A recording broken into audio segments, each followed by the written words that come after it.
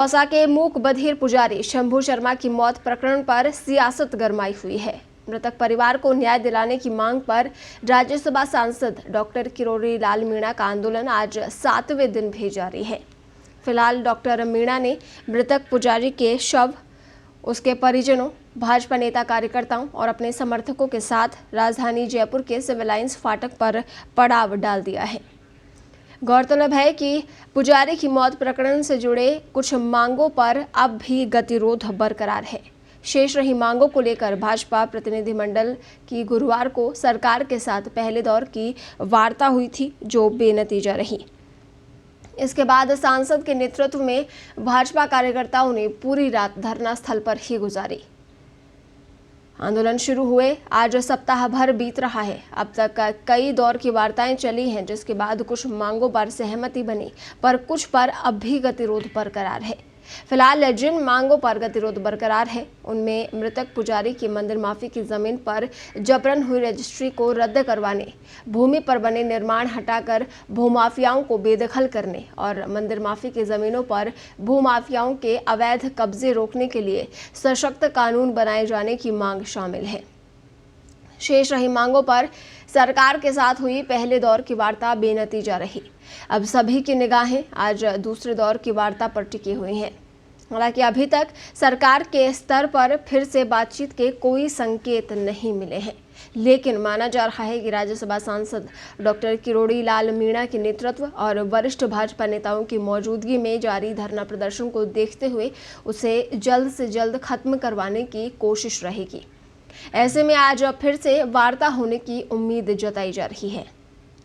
पुजारी को न्याय दिलाने की मांग पर शुरू हुए आंदोलन के छठे दिन भी राज्यसभा सांसद डॉक्टर किरोड़ी लाल मीणा ने सड़क पर ही रात गुजारी।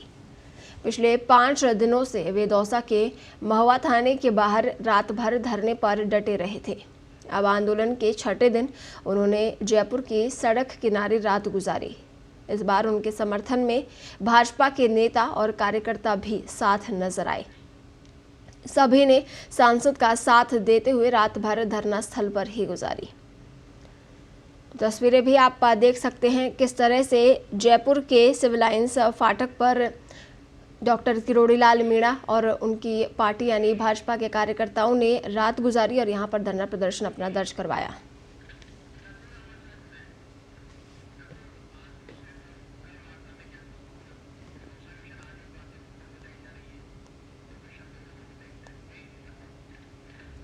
और इस खबर पर ज्यादा जानकारी के लिए नकुल हमारे साथ फोन लाइन पर जुड़े हैं। नकुल, आज भी धरना प्रदर्शन जारी है। कल सरकार से वार्ता हुई थी लेकिन बेनतीजा रही। कल की वार्ता में क्या कुछ रहा?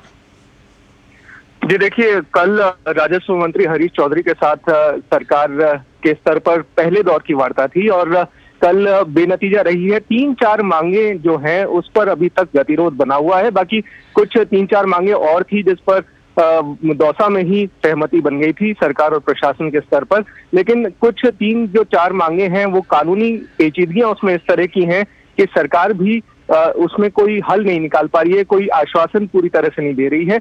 इसीलिए ये जो 3-4 मांगों पर गतिरोध है वो बरकरार है और आज उम्मीद जताई जा रही है कि सरकार के स्तर पर दूसरे दौर की वार्ता भी हो सकती है।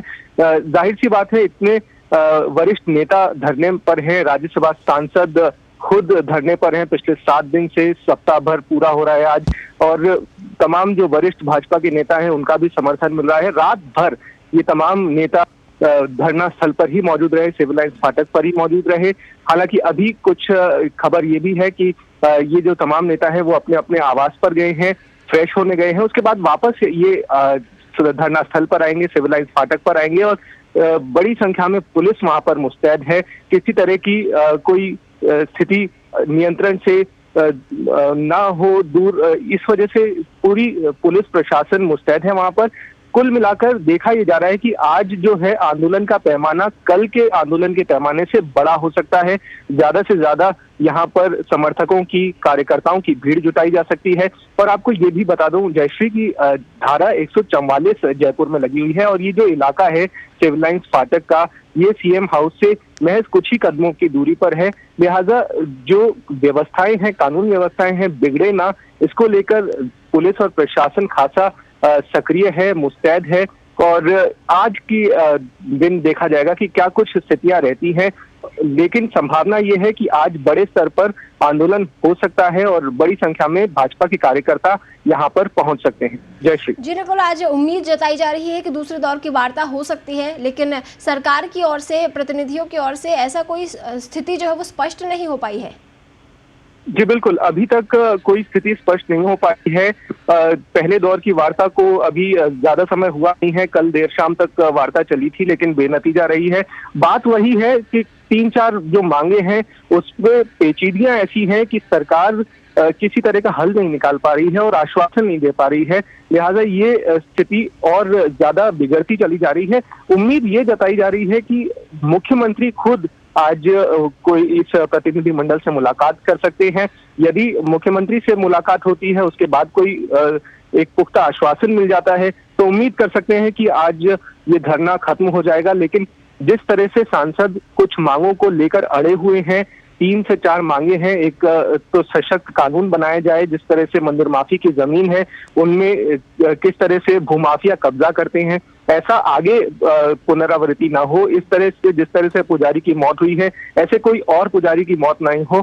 और एक फहरिस्त उन्होंने सरकार के सामने रखी हुई है कि इस तरह से 2-3 साल के अंदर अंदर 3 से 4 पुजारियों की निर्मम हत्या हुई है मंदिर माफी की जमीन पर, जिस तरह से भूमाफिया कब्जा जमाए बैठते हैं। ऐसे हालातों को रोकने के लिए, परिस्थितियों को रोकने के लिए एक सशक्त कानून बनाने की पुरजोर तरीके से मांग की जा रही है। और सरकार आज उम्मीद कर सकते हैं कि कोई पुख्ता आश्वासन मुख्यमंत्री के स्तर पर दिया जा सके। तो सभी की निगाहें आज के दिन पर टिकी हुई हैं कि कब मुख्यमंत्री की तरफ से कोई एक सकारात्मक पहल होगी या आश्वासन मिलेगा, तब जाके 7 दिन से जो आंदोलन चल रहा है वो खत्म होगा और जो अंत्येष्टि अब तक नहीं हो सकी है। जी नकुल जी, इस तमाम जानकारी के लिए आपका बहुत बहुत धन्यवाद। तो आपको बता दें, आज उम्मीद जगी हुई है, उम्मीद लगाई जा रही है कि सरकार से दूसरे दौर की वार्ता आज हो सकती है और इसका कोई हल जो है इस पूरी समस्या का वो निकल सकता है।